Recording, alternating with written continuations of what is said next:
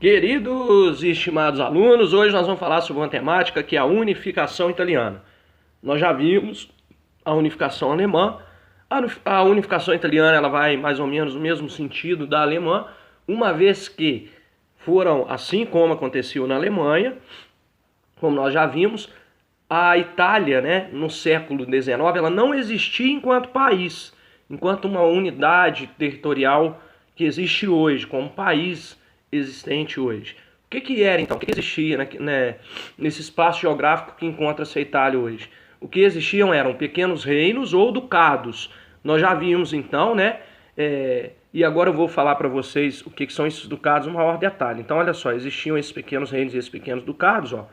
Ducado é um território, um feudo ou domínio governado por um duque ou duquesa, ou seja, então ducado, o nome vem porque quem está na governança, quem comanda é um duque ou uma duquesa, então pode ser ali um território pequeno, um feudo ou um domínio governado por essas pessoas, tá?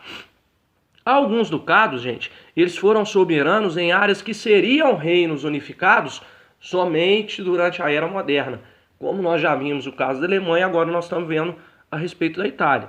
Então eles tinham ali uma cultura própria, uma organização própria, e aí entendeu-se, assim como na Alemanha, as pessoas que viviam ali em volta, né, os futuros italianos de uma só nação, entenderam que era necessário unir aqueles ducados, aqueles pequenos reinos, e formar uma grande nação. Para quê? Para essa nação ficar forte economicamente, culturalmente, belicamente falando, ok? Esse foi o objetivo, então, dessa unificação. Aí, olha só, durante a metade do século XIX, esses pequenos reinos e ducados, eles possuíam autonomia, conforme eu disse, né? Tinham leis próprias, eram governados aí pelos duques, pelas duquesas. Porém, o problema era, apesar de ter essa autonomia, é que eles estavam sob o domínio de povos estrangeiros.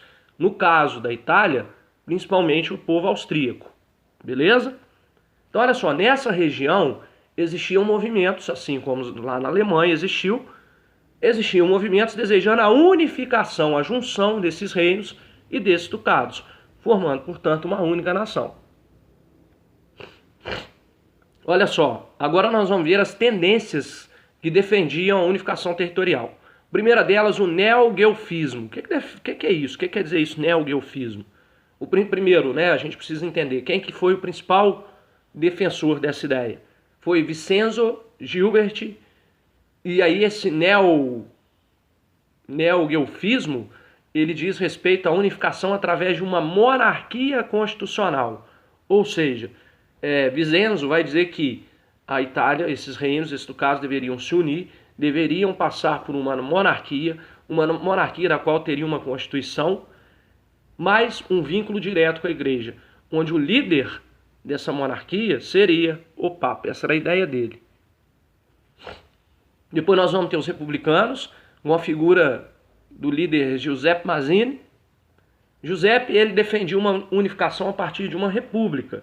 República nos remete lá à Grécia Antiga, né? Res pública, coisa pública. Ou seja, Giuseppe propunha uma participação maior da população. E aí, um terceiro bloco, né, uma terceira corrente, vai ser a dos monarquistas, liderados por Vítor Emanuel II e o Conde de Cavour. Vamos ver aí quem que teve a ideia melhor aceita. Então, olha só, Mazzini, ele formou um grupo revolucionário na década de 1830 chamado Jovem Itália. Então, pessoas com ideais, com vontade, né, de colocar esse plano, essa ideia da unificação, colocar isso em vigor, né? Então, em 1830, eles formam esse grupo chamado Jovem Itália.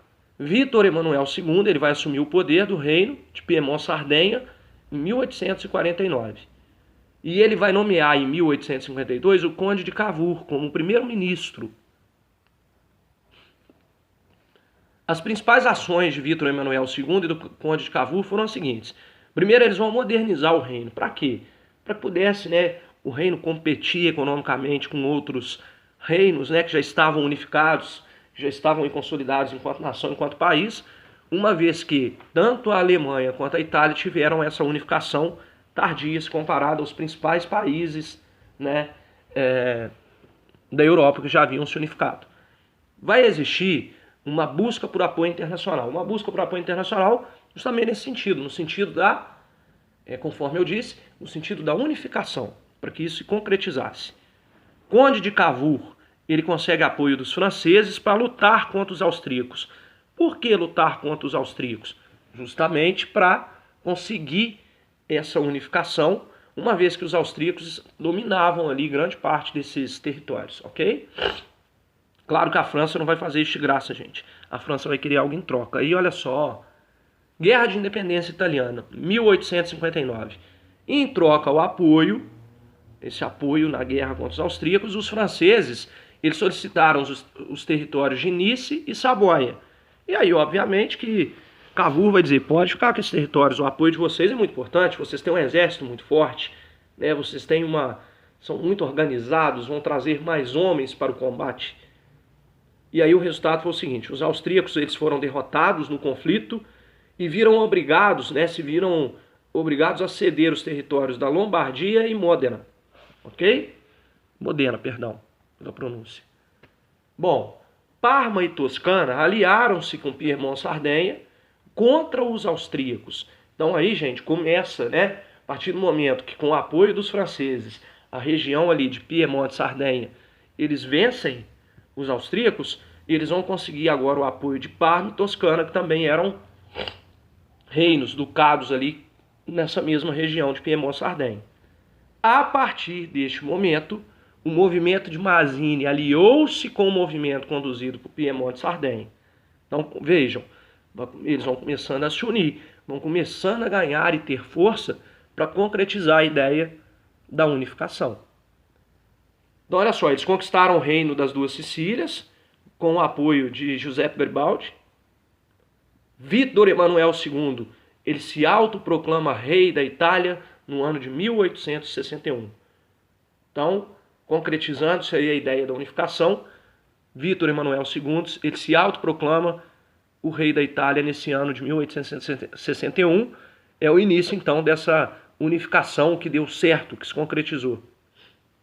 A partir de 1866, uma nova guerra com a Áustria ela é travada com o apoio da Prússia, o que garantiu o apoio de Veneto.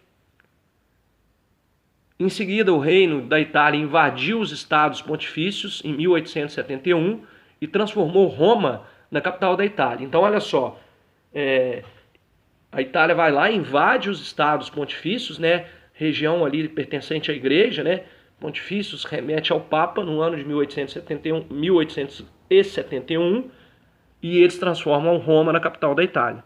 Aí olha só, gente, ó, questão romana. O que significa isso? Essas duas questões aí agora, essas duas, caem muito em prova. Questão romana e Tratado de Latrão. Questão romana.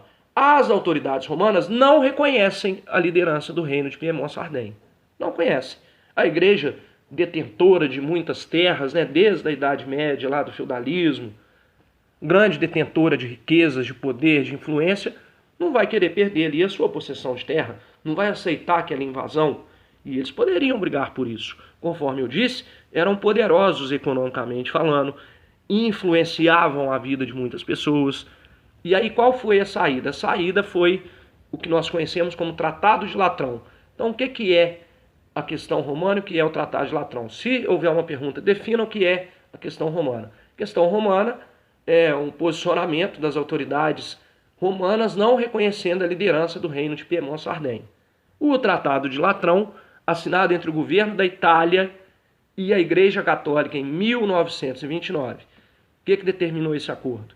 Esse acordo ele determinou a criação do Vaticano, que é o Estado Papal, que é o menor país do mundo. Ou seja, dentro da Itália, nós temos o Vaticano, onde o líder é o Papa, e ele, portanto, ele comanda ali aquela pequena possessão de terra pertencente à igreja.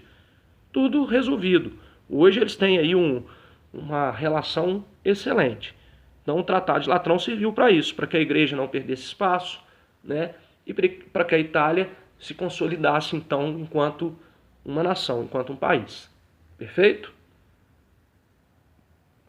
Outras províncias italianas elas só foram anexadas à Itália pós Primeira Guerra Mundial. E aí a Itália vai crescendo, né, de tamanho, vai se mostrando ao mundo, se mostrando como uma potência econômica emergente, né? Então ela vai crescendo aí territorialmente falando e vai crescendo também no grau de respeitabilidade internacional de importância.